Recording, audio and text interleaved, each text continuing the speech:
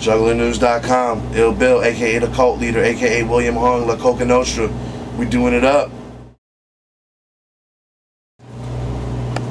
So hooking up with Strange is there's a few different levels to how I hooked up with Strange.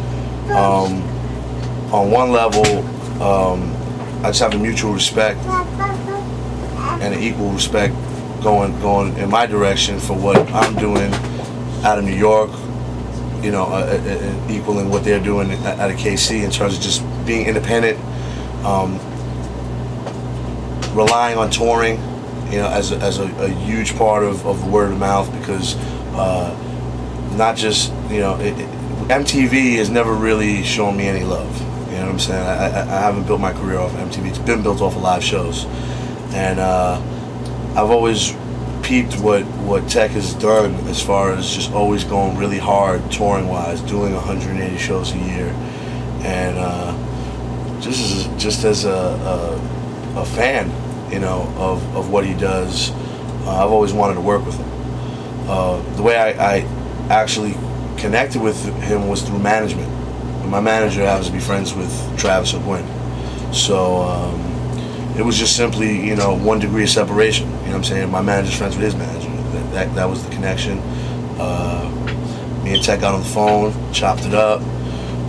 Next thing you know, I was in KC, you know, checking out their operations, seeing what they do, and man, it's just a matter of getting in where I fit in, man. I'm a really hard worker, man, and even more than just being a hard worker, I pride myself on being a smart worker, you know, and I see those guys, man, and I feel like I'm looking in the mirror, man. You know what I'm saying? I'm just getting in where I fit in by working with Strange. So it's just a perfect fit, man. It's just, you know, it doesn't matter if, you know, if I'm from New York and they're from KC, or, you know, or La Coka Nostra's from LA.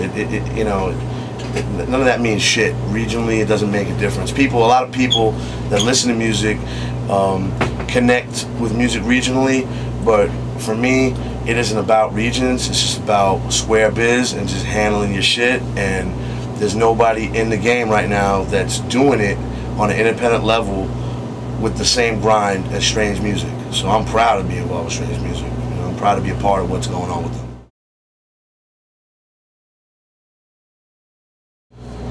Dude, it's just word of mouth, man. It's just putting in the work. I mean, it really spread kind of two ways.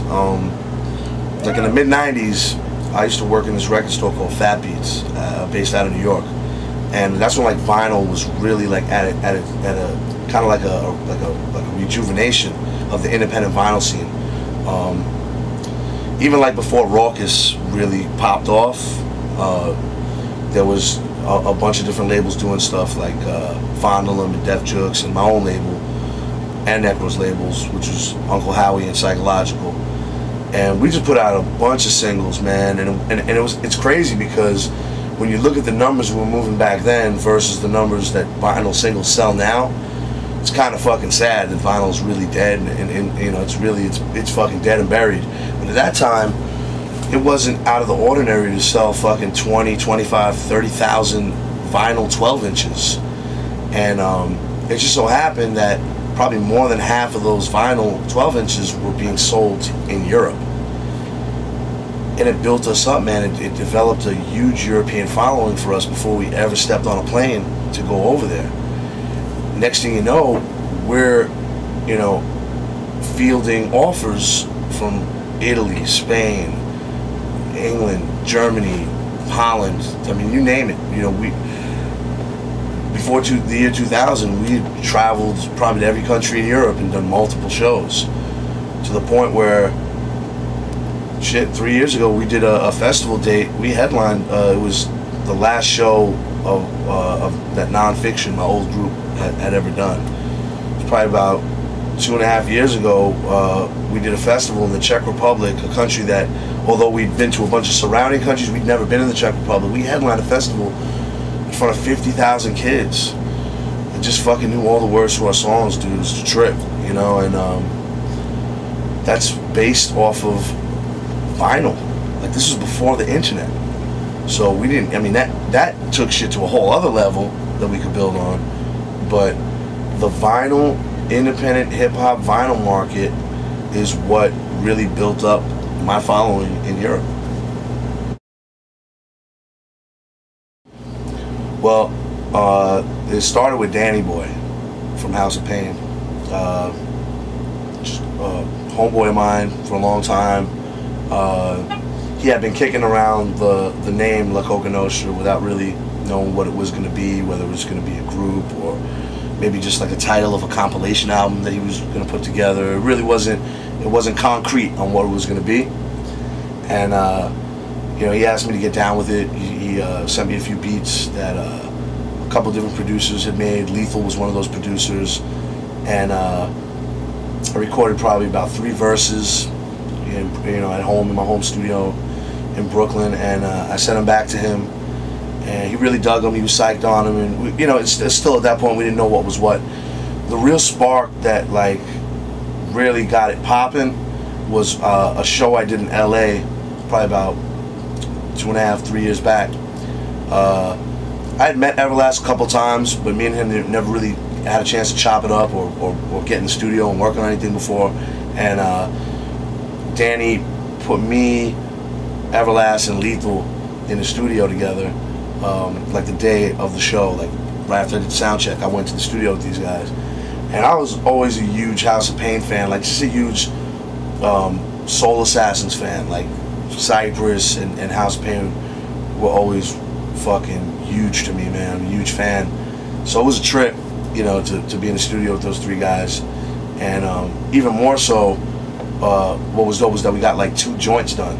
And it was crazy. It was just like Lethal on the beats, me and Eric spitting back and forth.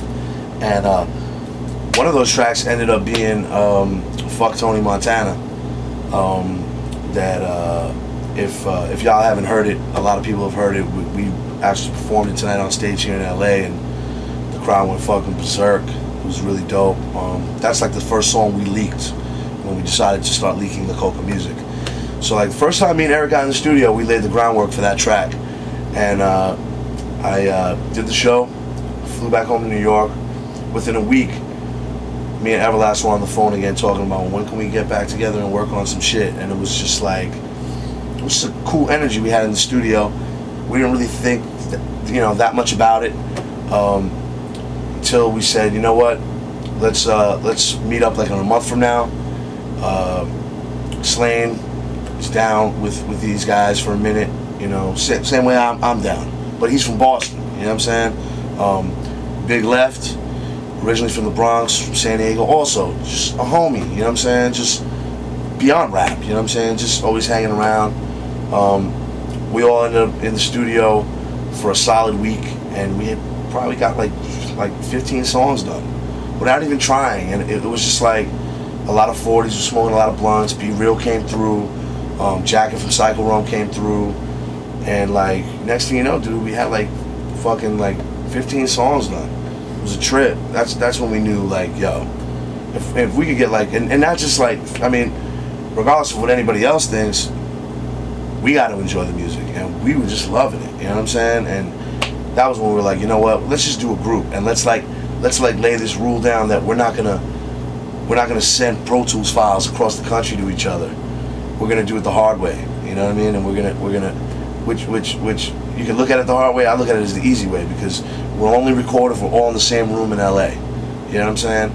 And that's what makes the vibe what it is, you know what I'm saying? And we're not letting technology and all this other shit get involved in what we're doing. We got to be in a room, bugging out, cracking jokes in between, going in the vocal booth, and just having fun with it. That's it. You know what I'm saying? And we're not trying to be coke dealers. We're not fucking coke heads. The group is called La Coka Nostra because it's just another way to fucking say that shit is dope.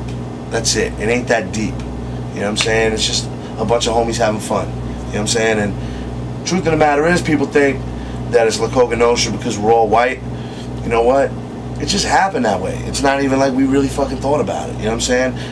If things would have worked out in an alternate universe, Be Real could have been, or Sick Jackin could have been one of the main members of La Coka, and then what?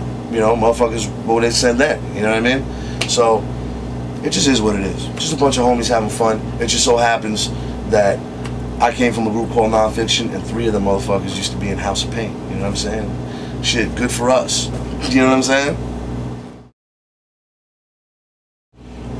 Shit, we're shooting for like September. You know, we're putting the finishing touches on. It's pretty much done. Snoop been telling us he's gonna get on it. We need to get his ass in the studio and knock that shit out. And pretty much the record's done.